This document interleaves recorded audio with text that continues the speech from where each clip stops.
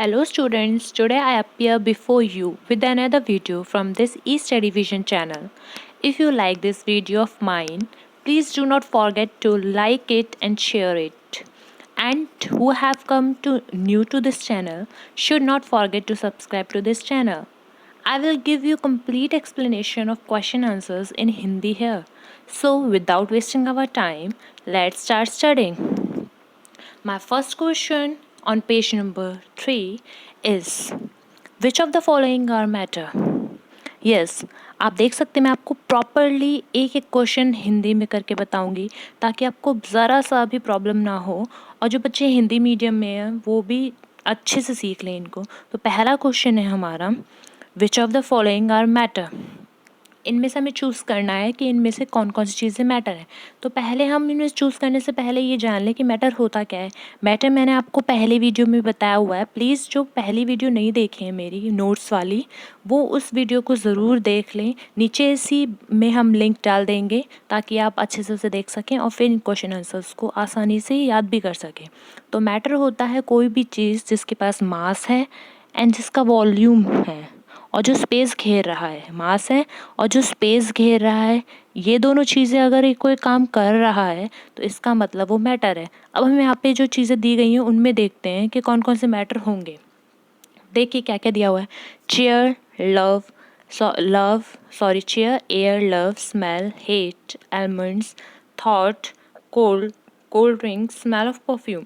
तो देखिए ज़ाहिर सी बात है हमारे जो मैटर थे वो सॉलिड, लिक्विड, गैस, है ना।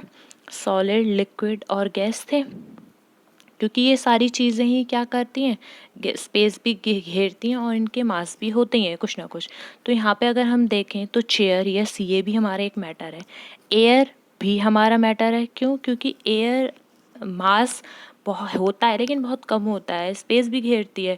क्योंकि हम इस चीज़ को प्रूव भी कर सकते हैं। अगर हम मग लें, है ना, और इस मग को हम क्या करें, एक बकेट में डालें जो फुल ऑफ वाटर है, तो पता है आपको क्या होगा इसमें जब हम डालेंगे उल्टा करके एकदम, तो यहाँ पे कुछ बबल्स निकलते हैं। तो इसका क्या मतलब है, अगर और हम एक और चीज़ देख सकते हैं, हम सीधा डालें ना तो बिल्कुल भी उसमें पानी घुसता नहीं है।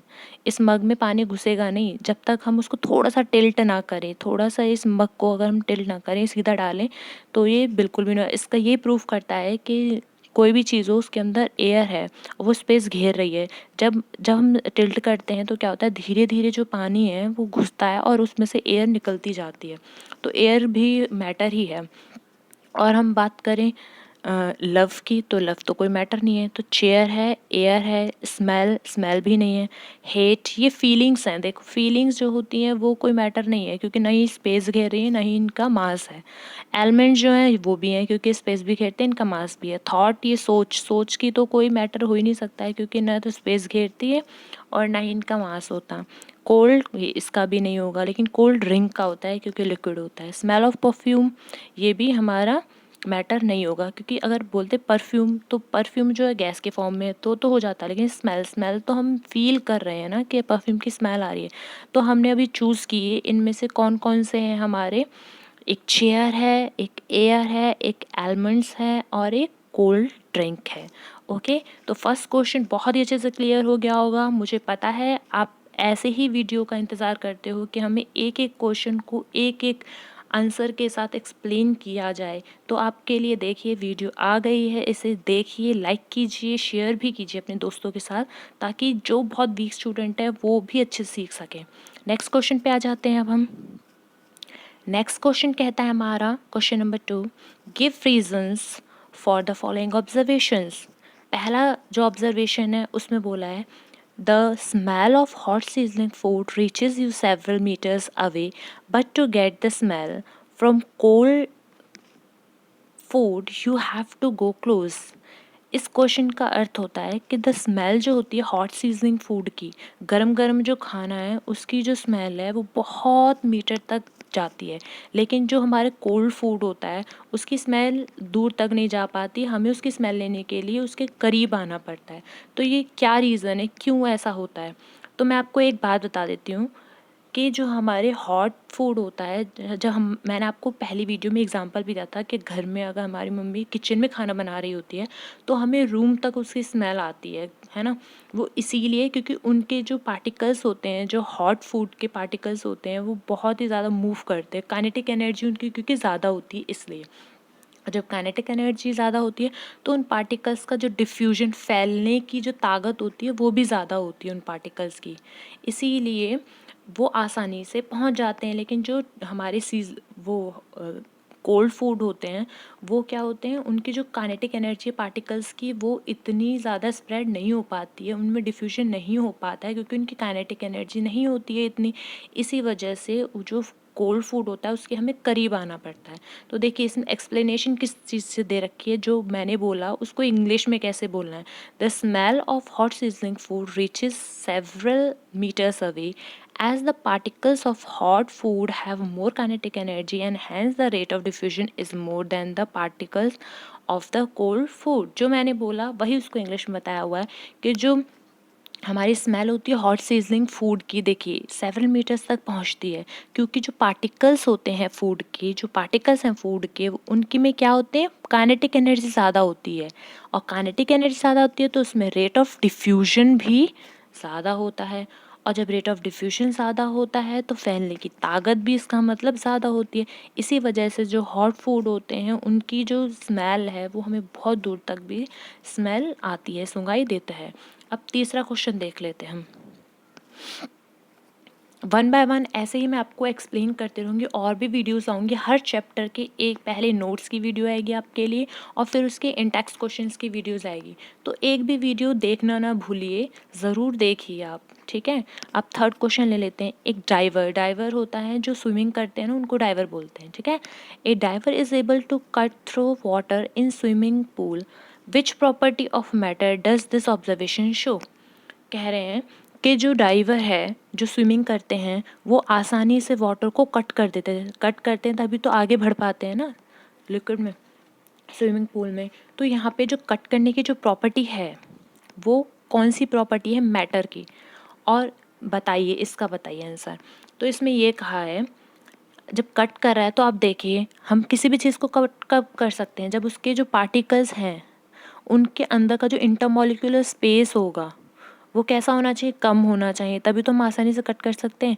अगर इंटरमॉलिक्यूलर स्पेस इसका बहुत ज़्यादा होगा तो उसको कट करने में प्रॉब्लम आएगी। लेकिन यहाँ पे जो रीज़न पूछा है ये यही पूछा है कि जो ड्राइवर होते हैं वो आसानी से स्विमिंग पूल में कट करते हुए आगे बढ़ते जाते हैं। तो यहाँ पे जो प्रॉपर्टी आएगी वो क्या आएगी, तो यहाँ पे वही प्रॉपर्टी आएगी कि यहाँ पे जो हमारा पानी है, लिक्विड है, लिक्विड के अंदर का जो इंटरमॉलिक्यूलर पार्टिकल्स के अंदर के जो इंटरमॉलिक्यूलर पार्टिकल्स होते हैं उनके अंदर स्पेसेस बहुत ज़्यादा होते हैं।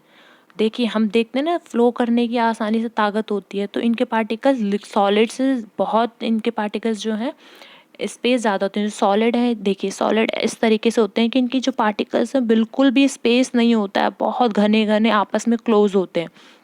जबकि हमारे जो लिक्विड्स होते हैं उनके जो पार्टिकल्स होते हैं वो बहुत दूर दूर होते हैं देन कंपेयर टू सॉलिड के कंपैरिजन में लिक्विड्स ऐसे होते हैं, है ना। तो क्या रीज़न है, प्रॉपर्टी यही है इंटरमॉलिक्यूलर स्पेस की। क्या प्रॉपर्टी है, इंटरमॉलिक्यूलर स्पेस की।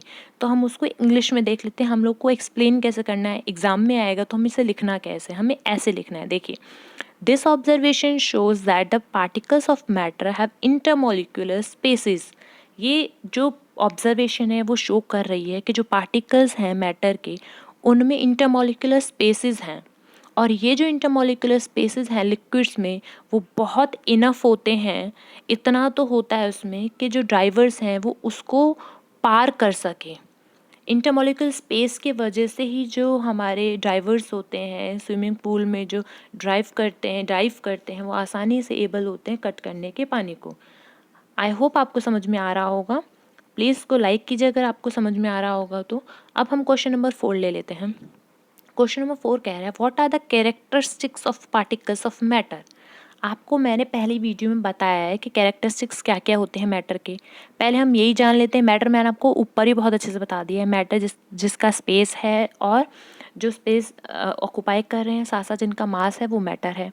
तो उनकी कैरेक्टरिस्टिक्स क्या क्या हैं, तो कैरेक्टरिस्टिक आपको मैंने बहुत सारे बताए थे, उनमें से कुछ मैंने कैरेक्टरिस्टिक्स यहाँ पर ले लिए हैं कि जो हमारे मैटर होते हैं, सॉलिड, लिक्विड, गैस, बोथ साइन से BEC और हमारा प्लाज्मा, उनके सबसे पहला जो है characteristic, particles have intermolecular spaces.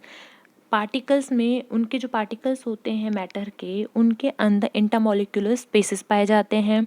Means उनके जो मॉलिक्यूल्स होते हैं उनके बीच में कुछ ना कुछ तो स्पेस होता ही है, चाहे सॉलिड हो, लिक्विड हो, गैस हो। गैस में तो बहुत ही ज़्यादा स्पेस पाए जाते हैं और लिक्विड में उनसे कम पाए जाते हैं और सॉलिड में बहुत ही कम पाए जाते हैं। और दूसरा ले लेते हैं, पार्टिकल्स हैव इंटरमोलिकुलर फोर्स। और पार्टिकल्स के बीच में इंटरमोलिकुलर फोर्स होती है। जब फोर्स है उनके अंदर तभी तो वो आपस में जुड़े हुए हैं, है ना। तो अगर मैं कंपेयर करूँ सॉलिड, लिक्विड, गैस में, तो सॉलिड में सबसे ज़्यादा इंटरमोलिकुलर फोर्स होता है, फिर लिक्विड में होता है, और सबसे जो इंटरमोलिकुलर फोर्स ऑफ अट्रैक्शन सबसे कम किस में होता है, वो होता है हमारा गैस में। क्योंकि उनके जो पार्टिकल्स होते हैं बहुत रैंडमली मूव करते हैं, बहुत दूर दूर होते हैं, इसीलिए फोर्स ऑफ अट्रैक्शन नहीं होता है। और सबसे ज़्यादा अगर पूछा जाए तो फोर्स ऑफ अट्रैक्शन किस में होगा, सॉलिड में होगा।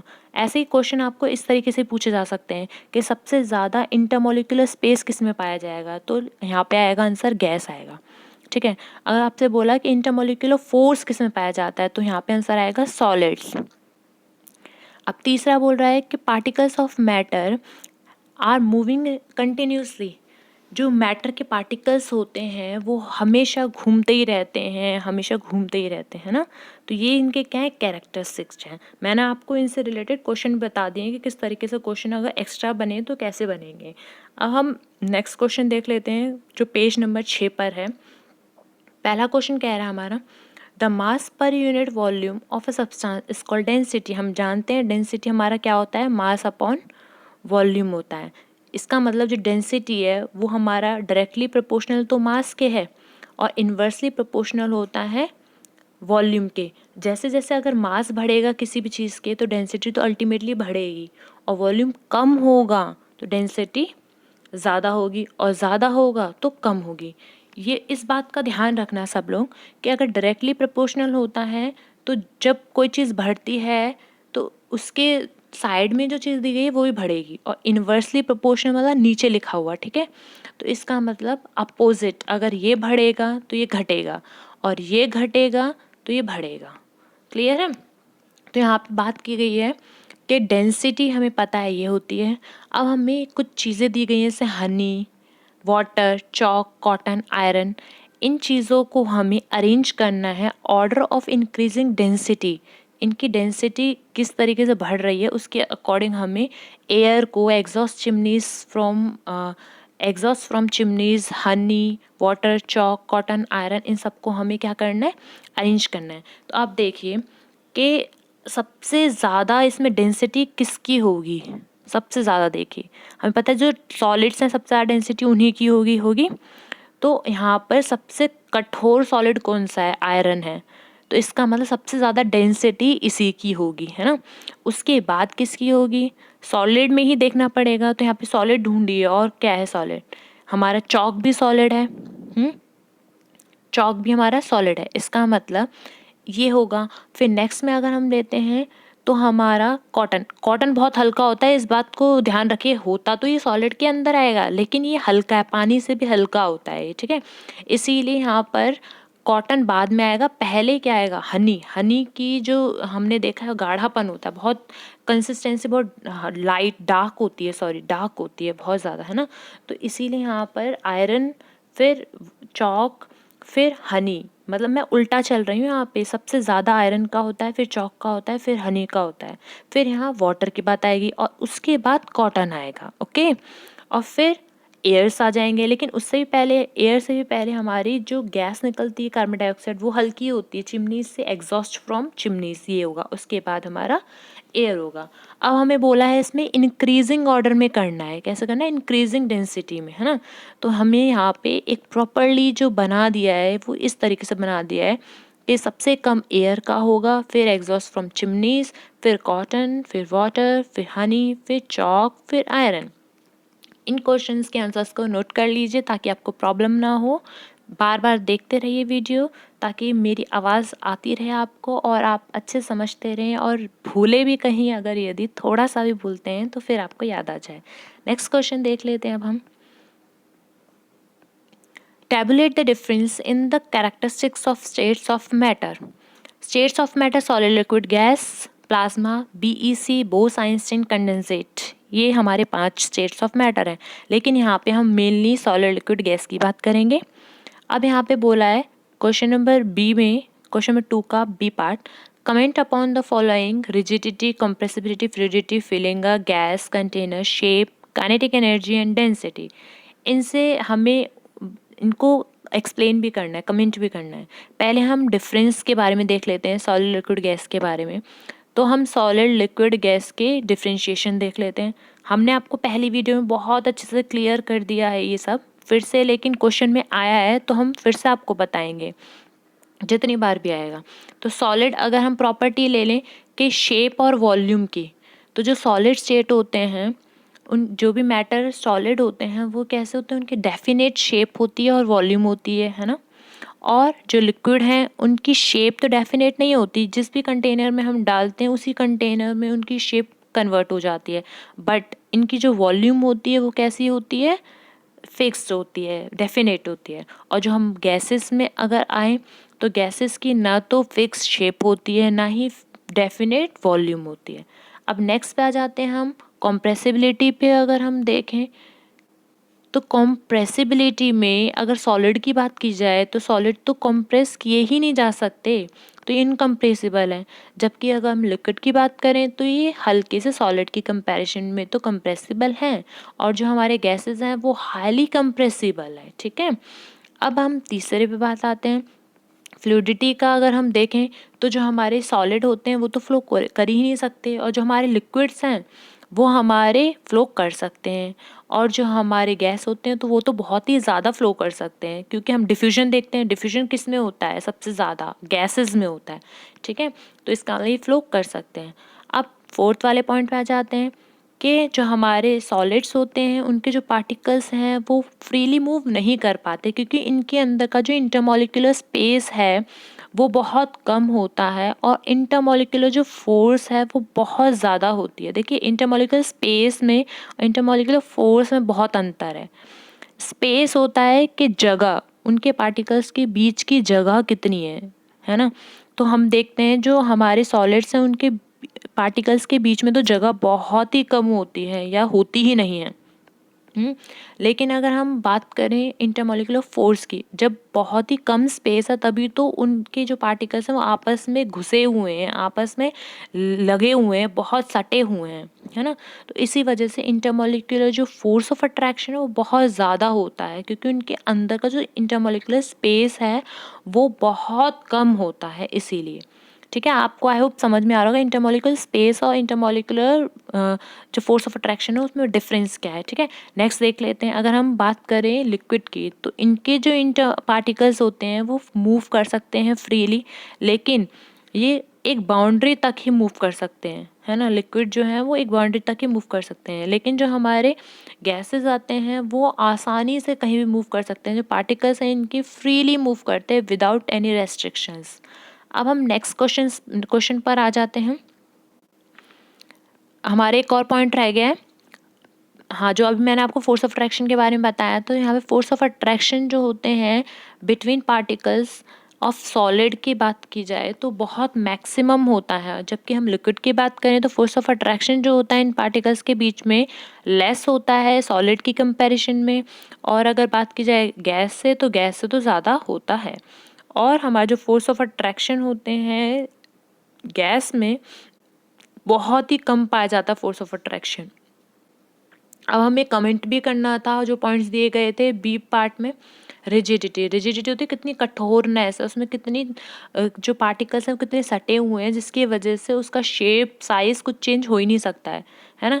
तो रिजिडिटी को अगर हम कन्फाइन करें, किस तरीके से डिफाइन करना है, तो it is the property of matter to resist the change of its shape को चेंज होने से रोकना, ये प्रॉपर्टी कहला जाती है रिजिडिटी की। कंप्रेसिबिलिटी क्या होती है? कंप्रेसिबिलिटी वो प्रॉपर्टी होती है मैटर की जिसमें कि वॉल्यूम जो होता है वो डिक्रीज होता है उसके ऊपर फोर्स को अप्लाई करके, है ना। तो it is a property of matter in which its volume is decrease by applying force, ये इसकी कंप्रेसिबिलिटी है। हम लोगों ने पहली वीडियो में देखा भी है कि कंप्रेशन करने पर क्या क्या चीज़ें होती हैं, है ना। अब फ्लूइडिटी होती है कि कितनी क्षमता है उसमें फ्लो करने की, it is the ability of matter to flow. और नेक्स्ट देखें तो फिलिंग अ गैस कंटेनर में फिल करने की क्या है, तो यहाँ पे on filling a gas takes the shape of the container की शेप ले लेती है। और शेप की बात की जाए यहाँ पर तो हैविंग डेफिनेट बाउंड्रीज, कोई ना कोई डेफिनेट बाउंड्रीज तो होती हैं। काइनेटिक एनर्जी की बात की जाए तो ये वो एनर्जी है जो पार्टिकल्स के द्वारा आती है मैटर के, क्योंकि उसे मोशन करना होता है। तो it is the energy possessed by the particles of matter due to its motion की वजह से उसमें कोई ना कोई पार्टिकल्स होते हैं मैटर के, उसमें एक एनर्जी आती है जिसकी वजह से वो मूव करते हैं। और मूव करते हैं जो पार्टिकल्स, वो हमारे जो एनर्जी होती है वो एनर्जी काइनेटिक एनर्जी कहलाई जाती है। अब डेंसिटी पर आते हैं अगर हम, तो ये रेशियो होता है मास पर यूनिट वॉल्यूम का। मैंने आपको बताया भी कुछ देर पहले, मास अपॉन वॉल्यूम होता है हमारा डेंसिटी। अब हमारे पास जो नेक्स्ट क्वेश्चन है वो है हमारा गिव रीजंस, कारण बताने हैं हमें। जो भी हमें क्वेश्चन पूछे गए हैं उनके अच्छे से कारण बताने हैं कि क्या रीज़न है इनके। पहला हमारा है कि a gas fills completely the vessel in which it is kept. जो गैस को अगर हम किसी भी कंटेनर में रखें या किसी सिलेंडर में रखें या वेसल में रखें तो वो जो गैस है वो पूरा उसको घेर लेती है, पूरे उसमें फिल हो जाती है कम्प्लीटली वेसल जिसमें भी उसे रखा जाए, ठीक है। तो क्यों होता है ऐसा, हमें इसका रीज़न बताना है कि इसका रीज़न है क्या आखिर का। तो इसका रीज़न ये है कि जो अट्रैक्शन होते हैं उनके पार्टिकल्स के बीच में गैस के, वो बहुत ही कम होते हैं या नेग्लिजिबल होते हैं, क्योंकि जो पार्टिकल्स हैं गैस के वो हर डायरेक्शन में मूव करते हैं। इसीलिए उनके जो पार्टिकल्स हैं उनके बीच में अट्रैक्शन बहुत कम होता है या होता ही नहीं है। और जब अट्रैक्शन ही नहीं है तो वो आसानी से पूरे वेसल में कम्प्लीटली फिल हो जाते हैं, ठीक है। ये तो मैंने आपको हिंदी में बताया, अब आपको इंग्लिश में लिखना है तो आप इन आंसर्स को नोट कर लीजिए। The force of attraction between particles of gas is negligible.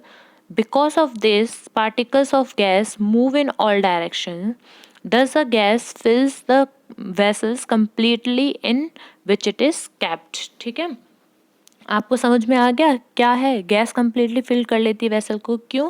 क्योंकि जो उनके बीच में अट्रैक्शन होते हैं पार्टिकल्स के बीच में जो अट्रैक्शन है वो बहुत ही कम होते हैं। और जब अट्रैक्शन ही नहीं है तो वो आसानी से मूव करेंगे हर डायरेक्शन में, और जब डायरेक्शन मूव करेंगे तो वो फिल कर लेंगे पूरे वेसल को।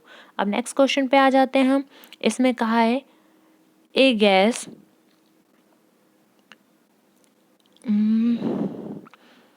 ए gas exerts pressure on the walls of the container. जो गैस है वो कंटेनर के वॉल्स दीवारों पर प्रेशर एक्सर्ट करती है। इसका क्या कारण है?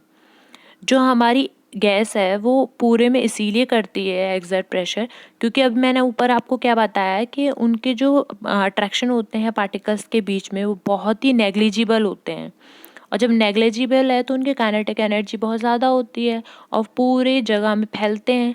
और जब वो फैल रहे हैं, हर डायरेक्शन में मूव कर रहे हैं हाई स्पीड से, तो क्या होगा, जिस कंटेनर पे वो रखे हैं उनकी दीवारों पे भी तो चोट देंगे ना, प्रेशर लगाएंगे कि नहीं लगाएंगे। यही इसका आंसर है, क्योंकि जो हमारे पार्टिकल्स होते हैं गैस के वो मूव करते हैं हर डायरेक्शन में और बहुत हाई स्पीड से करते हैं, क्योंकि काइनेटिक एनर्जी ज़्यादा हो जाती है उनकी। इसी वजह से क्या होता है, जो पार्टिकल्स जो होते हैं वो हिट करते हैं, एक दूसरे को भी करते हैं, और जो कंटेनर की जो वॉल्स होती हैं, दीवारें होती हैं, उनको भी एक फोर्स से हिट करते हैं। और जब हिट कर रहे हैं इसीलिए जो गैस है वो एग्जर्ट करती है pressure on the walls of the container. I hope आपको समझ में आ रहा होगा। अब आप इसको आंसर को एकदम एग्जैक्टली देख लीजिए इंग्लिश में।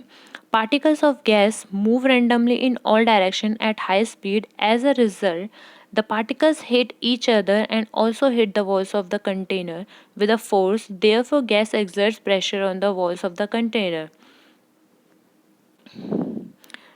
फ्रेंड्स देखिए हम आपके लिए कितनी अच्छे से एक्सप्लेन कर रहे हैं, तो इसको हमारे चैनल को सब्सक्राइब करना ना भूलिएगा जो भी इस चैनल पे नए आ रहे हैं, और हमारी वीडियो को लाइक कीजिए, और पुरानी वीडियोस की प्लेलिस्ट हम बना देंगे आपके लिए, तो आप प्लीज़ उन्हें भी देखिएगा और जितना हो सके अपने फ्रेंड्स को भी शेयर कीजिए। अब हम नेक्स्ट क्वेश्चन पर आ जाते हैं। अ wooden table should be called a solid. जो वुडन टेबल होती है उसको हम क्या बोलते हैं? सॉलिड बोलेंगे, लिक्विड बोलेंगे, गैस बोलेंगे? ऑब्वियस सी बात है सॉलिड ही बोलेंगे, है ना। क्यों बोलेंगे इसका हमें बताना है कि रीज़न क्या है इसका। क्योंकि देखिए सॉलिड का मैंने आपको पहले ही बताया था कैरेक्टरिस्टिक क्या है कि उसकी फिक्स वॉल्यूम होनी चाहिए और फिक्स शेप होनी चाहिए। तो हम देखते हैं जो हमारी टेबल है उसका शेप भी फिक्स रहता है और वॉल्यूम भी फिक्स रहता है, इसीलिए हम उसको सॉलिड बोलते हैं, ठीक है। तो हम इसका आंसर बोलें तो हम ऐसे बोलेंगे, a wooden table has fix shape and fix volume which are the main characteristics of solid, thus a wooden table should be called a solid. ठीक है, आपको समझ में आ रहा होगा। नेक्स्ट क्वेश्चन देख लेते हैं। We can easily move our hand in air but do not do the same through a solid block of wood. We need a karate expert. Yes, हम एयर में देखें तो आसानी से क्या कर लेते हैं, हम अपने हाथों को घुमा लेते हैं, लेकिन अगर हमें सेम एयर में ना करके हमें सॉलिड ब्लॉक में अगर अपने हाथों को आराम से हिलाना पड़ा तो क्या होगा, हमारे हाथ में लग जाएगी चोट, है ना। तो हम लोग खुद तो करते नहीं हैं, हम लोगों को ये करने के लिए कौन चाहिए होता है? कराटे एक्सपर्ट चाहिए होता है। तो ऐसा क्यों होता है कि हम एयर में तो आसानी से कर लेते हैं और सॉलिड में हम अपने हाथों को नहीं घुमा पाते हैं? देखिए मैंने आपको इंटरमॉलिक्यूलर स्पेस के बारे में बताया था। जो सॉलिड होते हैं उनके इंटरमॉलिक्यूलर स्पेस बहुत कम होते हैं, और इंटरमॉलिक्यूलर स्पेस बहुत कम होते हैं, और इंटरमॉलिक्यूलर फोर्स ऑफ अट्रैक्शन जो है वो बहुत ज़्यादा होते हैं। इंटरमॉलिक्यूलर फोर्स ऑफ अट्रैक्शन बहुत ज़्यादा है, तो इसका मतलब क्या है? इसका मतलब यही हुआ ना कि उनके अब वो मतलब सॉलिड है, बहुत सॉलिड है, जितना ज़्यादा होगा वो बहुत ज़्यादा सॉलिड है। और जो उनके पार्टिकल्स हैं उनके बीच में, उनके एयर तो है ही नहीं, और लार्ज स्पेस है उनके बीच में। और दूसरी जगह देखें हम तो जो वुड है जिसमें कि लिटिल स्पेस है हमारे बिटवीन इट्स पार्टिकल, है ना, तो वो रिजिड है, और रिजिड की वजह से वो सॉलिड है, और सॉलिड है तो कठोर है। और जब हम एयर की बात करें तो जो एयर है उनके जो पार्टिकल्स हैं उनके बीच में बहुत ज़्यादा स्पेस है, और जब ज़्यादा स्पेस है तो आराम से हम उसमें हाथ घुमा सकते हैं। हम वाटर भी ले सकते हैं। यहाँ पे डाइवर ऊपर आया था क्वेश्चन कि डाइवर आसानी से कट कर लेते हैं। क्यों कर लेते हैं? क्योंकि जो इनका इंटरमॉलिक्यूलर स्पेस होता है वो ठीक ठाक होता है देन सॉलिड से, तो इसीलिए आसानी से कर लेते हैं। फ्लूइडिटी की प्रॉपर्टी भी होती है, फ्लो भी करते हैं वाटर, इसीलिए भी होते हैं। ठीक है, तो फिर से मैं आपको बता देती हूँ, क्वेश्चन ज़्यादा हार्ड नहीं है, बहुत सिंपल क्वेश्चन है। हम लोग को इसमें बस ये देखना है सॉलिड और लिक्विड, सॉलिड और एयर। तो जो हमारे सॉलिड है उसकी प्रॉपर्टी क्या है? उसके इंटरमॉलिक्यूलर स्पेस बहुत कम होता है, और इसके पार्टिकल्स जो हैं इंटरमॉलिक्यूलर फोर्स ऑफ अट्रैक्शन से बहुत ज़्यादा सटे हुए होते हैं, इसीलिए हम आसानी से इसमें हाथ घुसा नहीं सकते हैं सॉलिड्स में।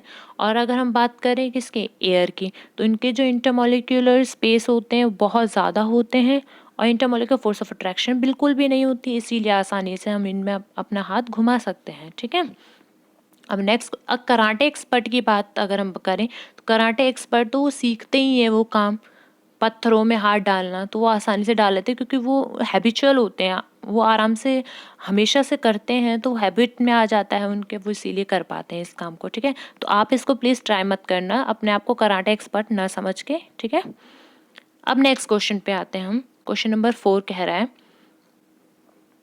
कि liquid generally have lower density as compare to solids. जो लिक्विड होते हैं उनकी डेंसिटी लोअर होती है देन सॉलिड से कंपेयर किया जाए तो, लेकिन but you must have observe that ice floats on water. Yes, ये इंपॉर्टेंट क्वेश्चन भी है कि जो लिक्विड्स हैं वैसे तो उनकी लोअर डेंसिटी है सॉलिड के कंपैरिजन में, लेकिन अगर हम आइस की बात की जाए, वाटर की बात की जाए, तो जो आइस है वो फ्लोट करती है वाटर पर। तो ऐसा क्यों होता है? वो ऐसा इसीलिए होता है, जो हमारी आइस होती है ना वो सॉलिड होती है, सॉलिड तो है लेकिन इसकी डेंसिटी जो होती है वो कम होती है वाटर से। पता है क्यों? क्योंकि जो उसका स्ट्रक्चर होता है ना, उसका जो स्ट्रक्चर है वो एक केज लाइक स्ट्रक्चर होता है आइस का, और जो केज लाइक स्ट्रक्चर होता है आइस का, तो इसके अंदर बहुत ज़्यादा रहे बचे हुए स्पेसेस होते हैं, वैकेंट स्पेसेस होते हैं, और जो वैकेंट स्पेसेस हैं वो उसको फ्लोट करवाते हैं आइस को वाटर पर। ठीक है, समझ में आया आपको? फिर से बताती हूँ, नहीं समझ में आया तो। जो हमारी आइज़ है उसके अंदर वैकेंट स्पेसेस होते हैं, क्योंकि जो इसका स्ट्रक्चर है केज लाइक स्ट्रक्चर होता है, उसके वजह से जो हमारी आइज़ है वो फ्लोट करती है वाटर पर। अब हम आंसर इसके तरह ले लेते हैं ताकि आपको ये लैंग्वेज भी याद हो जाए। ये लैंग्वेज कहती है ice is a solid but its density is lower than water due to its structure. The molecules in ice make the cage-like structure with lot of vacant spaces. This makes the ice float on the water. ठीक है, आप इसको write down कर लीजिएगा। वैसे जो मैंने बताई है आपको हिंदी में वो आप एक दो पॉइंट्स याद कर लीजिए। एक केज लाइक स्ट्रक्चर होता है और फिर उसमें वैकेंट स्पेसेस होता है। ये दो चीज़ों की वजह से ही इसकी जो डेंसिटी हो जाती है आइस की वो कम हो जाती है वाटर से। अब जिसकी भी डेंसिटी कम होती है वाटर से वो चीज़ फ्लोट करती ही है वाटर पर। ठीक है, इन बातों को पॉइंट्स को याद रखें तो आपको इतनी सारी लैंग्वेज लिखने की ज़रूरत पड़ेगी नहीं।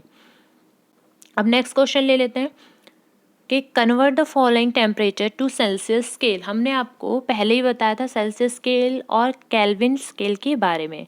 तो अगर हम केल्विन से सेल्सियस में कन्वर्ट करें तो क्या होता है, और सेल्सियस से केल्विन में करें तो क्या होता है। तो दो पॉइंट है, एक में तो हमें 273 डिग्री सेल्सियस को ऐड करना होगा और एक में हमें माइनस करना होगा। ठीक है, तो अब ये आपको याद रखना है कि जब हमें केल्विन में बोला गया हो हमें सेल्सियस में निकालना हो।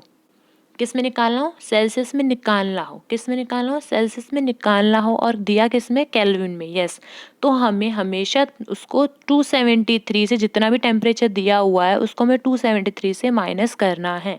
अगर उल्टा बोल दिया जाए, यहाँ पे अगर 300 सेल्सियस होता और फिर केल्विन में कन्वर्ट करने को बोला जाता तो आप उसमें 273 को ऐड करते। ठीक है, ये याद रखना, बस छोटी सी बात है।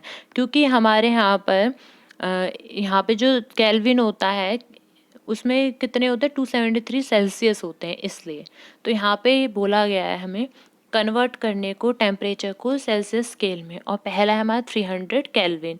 तो 300 केल्विन को हमने क्या किया? 273 डिग्री सेल्सियस से माइनस कर दिया और आंसर हमारा आ गया 27। ऐसे ही 573 का लिया हमने, 573 को भी हमने क्या किया? माइनस कर दिया 273 से, हमारा आंसर क्या आ गया? 300 आ गया। नेक्स्ट क्वेश्चन ले लेते हैं। What is the physical state of water at? Physical state क्या होगा? फिजिकल स्टेट होता है देखकर उसका क्या भी प्रेजेंट पोजीशन है, सिचुएशन है वो। तो यहाँ पे पहले दिया हुआ है हमें ए 250 डिग्री सेल्सियस और एक दूसरा दिया हुआ है 100 डिग्री सेल्सियस। तो 250 डिग्री सेल्सियस पे अगर हम देखें तो उसमें क्या होगा? 250 डिग्री सेल्सियस पे क्या फिजिक देखने पर क्या स्टेट दिखाई देगा उसका? तो हमें पता है 100 डिग्री सेल्सियस जब हम करवाते हैं पानी का तो पानी खदकना शुरू हो जाता है, और जब खदकना शुरू होता है तो जो लिक्विड है वो वेपर में चेंज होना शुरू हो जाता है। क्या ऐसा होता है कि जैसे ही खदकना शुरू होता है सारा पानी गायब हो जाता है? नहीं ना, आधा पानी तो इसी में रहता है और कुछ पानी जो है वो गैस बन जाता है, और गैस बनते बनते धीरे धीरे उड़ता रहता है। धीरे धीरे प्रोसेस होता है ये। तो अगर हम 100 डिग्री सेल्सियस की बात करें तो यहाँ पर तो खदकना शुरू हुआ है पानी, इसीलिए जो वाटर है वो लिक्विड भी रहेगा और साथ साथ वो गैस में भी कन्वर्ट होता जाएगा। इसीलिए यहाँ पे बी का दिया 100 डिग्री सेल्सियस में liquid as well as gas. लेकिन 250 डिग्री में क्या होता है? बहुत ज़्यादा हो गए, तो 100 से 150 एक्स्ट्रा हो गए, तो वो सारा ही लिक्विड जो है वो गैस में कन्वर्ट हो जाता है। क्या हो जाता है? गैस में कन्वर्ट हो जाता है। इसीलिए इसकी फिजिकल स्टेट क्या होती है? गैस। और 100 डिग्री सेल्सियस जो होता है उसकी क्या होती है? गैस भी होती है, साथ साथ में लिक्विड भी होती है। अब नेक्स्ट क्वेश्चन ले लेते हैं हम। Question number 3, for any substance Y does the temperature remain constant during the change of state? कोई भी सब्सटेंस के लिए जो टेम्परेचर है वो क्यों एक जैसा रहता है जब भी स्टेट का चेंज होता है? तो स्टेट चेंज हो रही है, सॉलिड से लिक्विड, लिक्विड से गैस, गैस से सॉलिड, सॉलिड से गैस, लेकिन कोई भी सब्सटेंस का टेम्परेचर जो है वो क्यों सेम रहता है? ये क्वेश्चन पूछा है इसमें। तो हमें आंसर जो है वो देना है। अब देखिए, सॉलिड, मैंने आपको एक चीज़ बताई थी, लेटेंट हीट, है ना, वो याद कीजिए। आपका इसी में आंसर छिपा हुआ है इसका, लेटेंट हीट में। वो ये था कि जब भी हम सॉलिड से लिक्विड में चेंज करें या लिक्विड से गैस में चेंज करें या सॉलिड से गैस में चेंज करें, गैस से सॉलिड में चेंज करें, यहाँ पर हमेशा एक हीट छुपी हुई होती है चेंजमेंट में स्टेट के, है ना। तो वो जो हीट होती है वो लेटेंट हीट होती है। तो यही इसका रीज़न है, जब भी चेंज होता है स्टेट का किसी भी सब्सटेंस का, तो जो हीट होती है या निकलती है उसमें से या सप्लाई की जाती है, वो सारा ही सारा सप्लाई करने में, रिलीज़ करने में यूटिलाइज जाती है उसके फेस चेंज में, मतलब सॉलिड से लिक्विड, लिक्विड से गैस चेंज होने में। तो हीट सप्लाई जो हो रही है वो किस में चेंज हो रही है, यूटिलाइज हो रही है फेस के चेंज करने में। और यही जो हीट है वो क्या कहलाई जाती है, हमारी लेटेंट हीट कहलाई जाती है। इसीलिए यहाँ पर टेम्परेचर का कोई इफेक्ट नहीं पड़ता, और टेम्परेचर किसी भी सब्सटेंस का हमेशा कांस्टेंट ही रहता है जब भी चेंज कर रहे हैं हम स्टेट का। तो इसमें आंसर इसका यही है, लेटेंट हीट ही है। क्योंकि जो भी सब्सटेंस है जिसको भी हम सॉलिड से लिक्विड या लिक्विड से गैस है, गैस से सॉलिड, सॉलिड से गैस में किसी भी स्टेट में चेंज कर रहे हैं, एक स्टेट से दूसरे स्टेट में चेंज कर रहे हैं, तो वहाँ पे हीट जो है वो ओवरकम कर जाती है, लेटेंट हीट जिसे कहते हैं। और यही लेटेंट हीट काम आती है उस स्टेट को चेंज करने में, है ना। यहाँ पे टेम्परेचर का कोई रिलेशन नहीं, तो टेम्परेचर कॉन्स्टेंट ही रहता है। तो आपको समझ में आ रहा होगा, जहाँ तक मैं आपको समझाने की कोशिश कर रही हूँ बहुत अच्छे से मेरी तरफ से हो रहा है, आप भी उसको ध्यान से सुनिए। और नहीं आता है, नहीं समझ में आता है तो फिर से मैं आपको बोल देती हूँ कि यहाँ पे जो आंसर है वो किस पे है, लेटेंट हीट पर है। कि जितनी भी एनर्जी, जितना भी फेस चेंज करने में चीज़ लगती है, हीट लगती है, वो सारी की सारी जो है लेटेंट हीट में आ जाती है। इसीलिए यहाँ पे टेम्परेचर से कोई रिलेशन नहीं होता है और टेम्परेचर को हम कांस्टेंट रखते हैं। नेक्स्ट क्वेश्चन देख लेते हैं हम।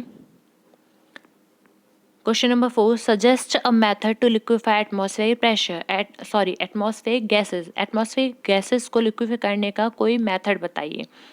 तो आपको एटमॉस्फेरिक गैसेस को अगर चेंज करना है, तो मैंने आपको पहले जो वीडियो बनाई थी इससे पहले, उसमें बताया था जब भी हमें एटमॉस्फेरिक गैसेस को लिक्विफाई करना होता है तो हमें क्या करना है, टेम्परेचर को हम ये लिक्विफाई कर सकते हैं गैसेस को अगर टेम्परेचर को डिक्रीज़ कर दें या प्रेशर को इंक्रीज़ कर दें तो, ठीक है। टेम्परेचर को क्या करना है, डिक्रीज़ करना है, और प्रेशर को इंक्रीज़ करना है।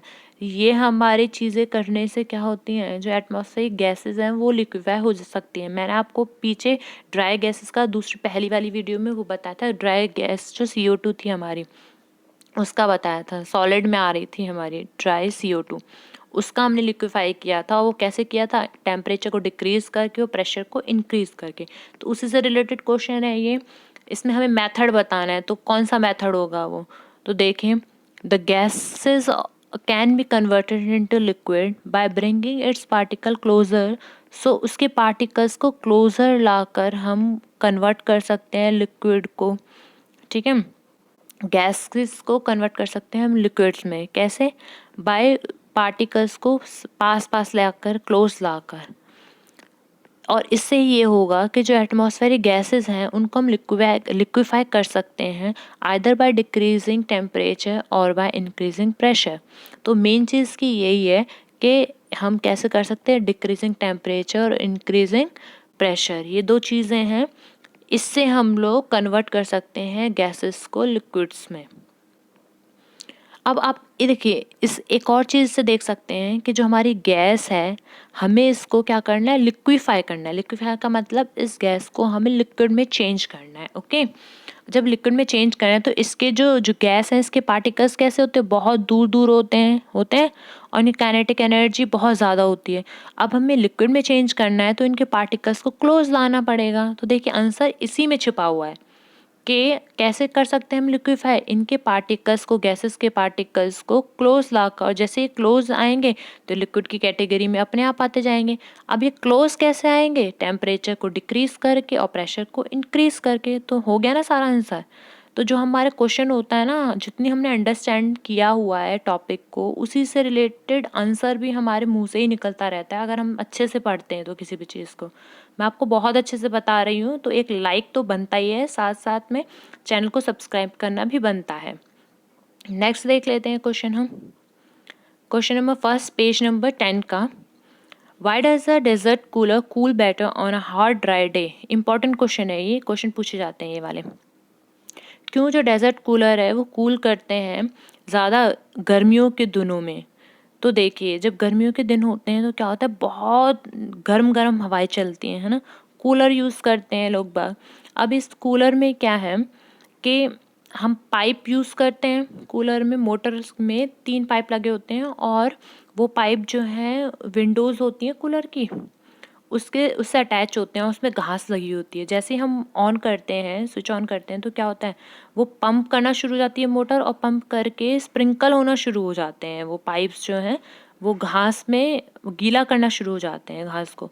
अब जब गीला करते हैं और बाहर से वेदर कैसा है, बहुत हॉट है, तो इवेपोरेशन तो होगा ही पानी का उसी वॉल से। जब इवेपोरेशन होता है, जहाँ पर भी इवेपोरेशन होता है तो वहाँ कूलिंग इफेक्ट भी आता ही है, मैंने आपको पहली वीडियो में बताया है। इसीलिए हम सॉसर से भी आसानी से पी सकते हैं। इसीलिए हम लोगों ने रेट ऑफ इवेपोरेशन भी देखा था कि जितना ज़्यादा ड्राइनेस होगा उतना ही ज़्यादा इवेपोरेशन होगा। इवेपोरेशन ज़्यादा होगा तो कूलिंग इफेक्ट भी उसमें से होता है ना। तो यहाँ पे यही है इसका कि why does the desert cooler cools better on a hot dry day? क्यों ज़्यादा हॉट ड्राई डे में ही कूल करता है? क्योंकि उनकी जो वॉल्स होती हैं कूलर की वो स्प्रिंकल हो जाती हैं वाटर से, कॉन्स्टेंटली होती रहती है, मोटर चलती रहती है, पानी उसमें डलता रहता है।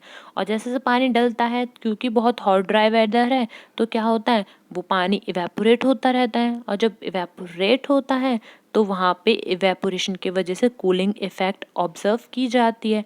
और जब कूलिंग इफेक्ट आ जाती है उसमें कूलर के अंदर, तो वो हवा जो फैन चलता है कूलर के अंदर वो बाहर की तरफ हवा देता है, जिस डायरेक्शन में उसका मुंह है। तो ये जो कूल एयर है वो सेंड हो जाती है पूरे रूम में बाय द फैन। दोबारा बता देती हूँ आपको। मैंने आपको बताया कि जितने भी हमारा पानी है वो स्प्रिंकल हो जाता है कूलर में, ठीक है, और गर्मी के वजह से वो इवेपोरेट हो जाता है। और इवेपोरेशन कूलिंग इफेक्ट भी देता है, और ये जो कूलिंग इफेक्ट है वो फैन के वजह से कूलर के बाहर थ्रो आउट होता है। तो इसीलिए ठंडी ठंडी हवा आती है हमारे कूलर से। नेक्स्ट क्वेश्चन देख लेते हैं अब हम। क्वेश्चन नंबर 2 है, how does the water kept in an earthen pot become cool during summer? ये भी इंपॉर्टेंट क्वेश्चन है। अब देखिए, आपने पॉट तो देखा ही होगा, गाँव में हम देखते हैं मटका बोलते हैं जिसको, वो कूलिंग इफेक्ट देते हैं। हम समर में हम यूज़ करते हैं उनको, और ठंडा ठंडा पानी निकलता है उसमें से। तो क्यों ठंडा पानी होता है उसमें? तो जो हमारा मटका होता है उसके अंदर छोटे छोटे पोर्स होते हैं जो हमें दिखते नहीं हैं बट होते हैं। माइक्रोस्कोप्स के देखें या मैग्नीफाइंग ग्लासेस से देखें तो हमें वो दिखते हैं, ठीक है, लेकिन उनके अंदर पोर्स होते हैं, और पोर्स हैं, पानी है अंदर, और हॉट ड्राई वेदर है तो क्या होगा, उसमें इवेपोरेशन होगा। और जैसे इवेपोरेशन होगा तो जो पानी है मटके के अंदर का वो भी ठंडा होता है, और उसकी जो वॉल्स होती हैं मटके की वो भी ठंडी हो जाती हैं इवेपोरेशन की वजह से, कूलिंग इफेक्ट की वजह से। तो इसमें भी वही रीज़न है जो ऊपर मैंने आपको बताया, इवेपोरेशन एक तो, और जब इवेपोरेशन होगा तो कूलिंग इफेक्ट भी होगा। और इवेपोरेशन हुआ कैसे, वो ऐसे हुआ कि उसके अंदर छोटे छोटे पोर्स होते हैं, उसकी वजह से हुआ, ठीक है। तो अब इंग्लिश में देख लेते हैं। The earthen pot is porous with lots of pores on it. The water oozes out through these pores and the water gets evaporated at the surface of the pot, thereby causing cooling effect. This makes the pot cold and the water inside the pot cools by this process. I hope आपको समझ में आ रहा होगा। बहुत अच्छे से वैसे मैं समझा रही हूँ, लेकिन फिर भी आपको दोबारा समझा देती हूँ। फिर से बता रही हूँ मैं आपको, मटका जो है वो क्यों ठंडा पानी कर देता है। जो वाटर है अर्दन पॉट के अंदर रखा हुआ, मटका के अंदर रखा है, वो क्यों ठंडा कर देता है समर में? वो इसीलिए करता है क्योंकि उसके अंदर छोटे छोटे पोर्स होते हैं मटके में, और जो छोटे छोटे पोर्स हैं हॉट ड्राई वेदर की वजह से इवेपोरेट होने लग जाता है उन्हीं पोर्स से पानी। और जब पोर से पानी इवेपोरेट होता है तो वो पानी को जो मटके के अंदर है वो ठंडा कर देता है, और ठंडा पानी उस पूरे मटके के वॉल्स को भी ठंडा कर देता है। इसीलिए मटके के जो वॉल्स है वो भी ठंडा रहता है और उसके अंदर का पानी भी ठंडा ही रहता है। अब नेक्स्ट क्वेश्चन देख लेते हैं हम। ये भी इम्पॉर्टेंट क्वेश्चन है। Why does our palm feel cold when we put some acetone or petrol or perfume on it? हमने देखा होगा जब भी हम अपने हथेली पर एसीटोन पुट करें या पेट्रोल पुट करें या परफ्यूम पुट करें तो हमें ठंडा ठंडा फील होता है। तो क्यों होता है हमारे हथेलियों पे ठंडा फील जब हम इन चीज़ों को पुट करते हैं? तो देखिए, जो एसीटोन, पेट्रोल, परफ्यूम होते हैं, जैसे हम हाथ पे डालते हैं तो वो हमारे कांटेक्ट में आ जाते हैं। किसके? एयर के कांटेक्ट में।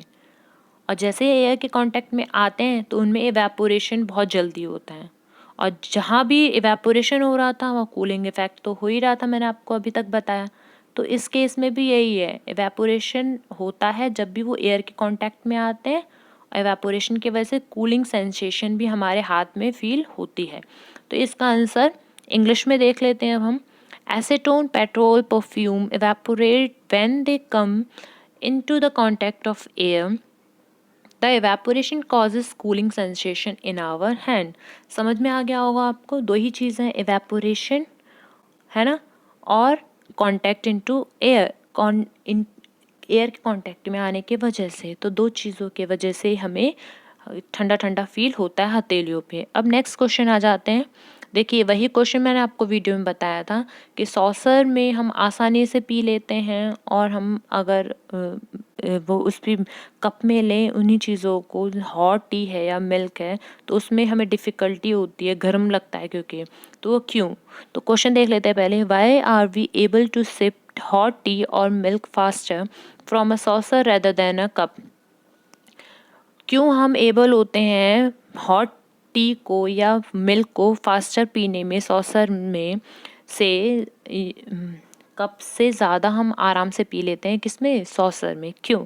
क्योंकि जो सॉसर होता है वो इस तरीके से होता है, देखिए, और इसका सरफेस एरिया कितना ज़्यादा है। और कप की बात की जाए तो कप हमारा होता है ऐसा, और कप का सरफेस एरिया कैसा है? छोटा है, एज कंपेरिजन टू किससे कंपेयर करें? सॉसर से। तो जिसका सरफेस एरिया ज़्यादा है उसमें इवेपोरेशन भी तो ज़्यादा ही होगा। देखिए, यहाँ से भी हो सकता है इवेपोरेशन, यहाँ से भी हो सकता है, इसमें क्या है, यहीं से होगा इवेपोरेशन। तो सबसे ज़्यादा इवेपोरेशन किस में हो पा रहा है? इसमें। जहाँ इवेपोरेशन ज़्यादा होगा वहीं पे कूलिंग सेंसेशन भी ज़्यादा होगी, और यहाँ पे कूलिंग जल्दी हो जाएगा तो हम आराम से टी को या हॉट मिल्क हो या हॉट टी हो आसानी से पी सकते हैं, जबकि इसमें नहीं पी सकते। तो यही आपका आंसर है। Tea in a saucer has larger surface area than in a cup. The rate of evaporation is faster with the increased surface area. The cooling of tea in saucer take place sooner than in a cup. Hence, we are able to sip hot tea or milk faster from a saucer than a cup. I hope आपको समझ में आ रहा होगा, क्योंकि मेरी explanation भी बहुत ही अच्छी है, और मैं आपको हिंदी में भी बता रही हूँ सारे क्वेश्चंस को, ताकि आप बिल्कुल भी भूलें नहीं इसको। अब लास्ट क्वेश्चन देख लेते हैं इन टेक्स्ट क्वेश्चंस के। What type of clothes should we wear in summer? गर्मियों में हमें किस तरीके के कपड़े पहनने चाहिए? तो ये सबको आंसर तो पता है कि हम गर्मी में कॉटन क्लोथ्स पहनते हैं, लेकिन आपको ये पता है कि हम क्यों पहनते हैं इन क्लोथ्स को? कॉटन क्लोथ्स को ही क्यों पहनते हैं? हम वुलन क्लोथ्स को क्यों नहीं पहनते? कॉटन क्लोथ्स को हम इसीलिए पहनते हैं कि कॉटन क्लोथ्स जो होते हैं वो हल्के होते हैं, और साथ साथ उनका कलर भी लाइट होता है। और हल्के होते हैं वो, और लाइट होता है, तो लाइट होने की वजह से क्या होता है, वो रिफ्लेक्ट कर देते हैं हीट को, बाउंस बैक कर देते हैं। जो भी हीट आती है उन्हें एब्जॉर्ब नहीं करते, क्या करते हैं? बाउंस बैक कर देते हैं। और इसी के वजह से हम लोग को गर्मी जो है ज़्यादा फील नहीं होती है समर में भी। और जो कॉटन क्लोथ्स हैं हमारे, उसके अंदर छोटे छोटे जो फाइबर्स होते हैं, फाइबर से बने हुए होते हैं हमारे फैब्रिक। कॉटन भी हमारे थ्रेड्स लाइक स्ट्रक्चर से बना हुआ है, पता है हम लोगों ने फाइबर पढ़ा हुआ है, फाइबर फैब्रिक्स, है ना। तो उसमें छोटे छोटे पोर्स होते हैं, और ये जो पोर्स होते हैं वो स्वेट को एब्जॉर्ब तो कर लेते हैं, जो कॉटन है, कॉटन क्लोथ्स एब्जॉर्ब कर लेते हैं, और उनमें जो छोटे छोटे पोर्स होते हैं उनकी वजह से एवेपोरेशन टेक प्लेस करता है वहाँ पर। और जब इवेपोरेशन टेक प्लेस करता है तो हमें कूलिंग सेंसेशन फील होता है। इसीलिए हम लोगों को समर्स में कॉटन क्लोथ्स पहनने चाहिए, ठीक है। अब थोड़ा इंग्लिश में भी एक्सप्लेन कर देती हूँ आपको मैं। We should wear cotton clothes because it is light in colours, and also cotton clothes has pores on it which absorb sweat and allows the sweat to evaporate faster. thereby giving cooling effect. अब देखिए इसमें देख लेते हैं हम. We should wear light colored cotton clothes in summer. Light colour जो होते हैं इसीलिए क्योंकि ये रिफ्लेक्ट करते हैं हीट को. क्या करते हैं? रिफ्लेक्ट करते हैं हीट को. और जो कॉटन क्लोथ्स होते हैं क्योंकि उनके अंदर पोर्स होते हैं, तो ये जो पोर्स हैं वो एब्जॉर्ब कर लेते हैं स्वेट को और अलाउ करते हैं स्वेट को इवेपोरेट करने में. एब्जॉर्ब करने के बाद इवेपोरेशन भी वहाँ करते हैं. और जब इवेपोरेशन होता है, जहाँ जहाँ इवेपोरेशन होता है वहाँ पे कूलिंग इफेक्ट तो आता ही है. तो ये हमारी हो गई पूरी वीडियो. मैंने आपको पूरे इन टेक्स्ट क्वेश्चन बहुत ही अच्छे से एक एक करके एक्सप्लेन करे हैं. सो प्लीज़ गाइज, लाइक तो बनता है और हमारी वीडियोस को शेयर कीजिए अपने फ्रेंड्स को, ताकि जो अभी बच्चे 9th क्लास में आंसर नहीं कर पा रहे हैं तो वो भी आंसर कर पाएँ. Thank you guys, thank you for watching this video and I hope आपको ऐसी ही वीडियो और भी चाहिए होंगी. सो प्लीज़ कमेंट कीजिए और लाइक कीजिए हमारी वीडियो को. जो नए आ रहे हैं इस चैनल पर वो सब्सक्राइब कीजिए. Thank you for watching my video.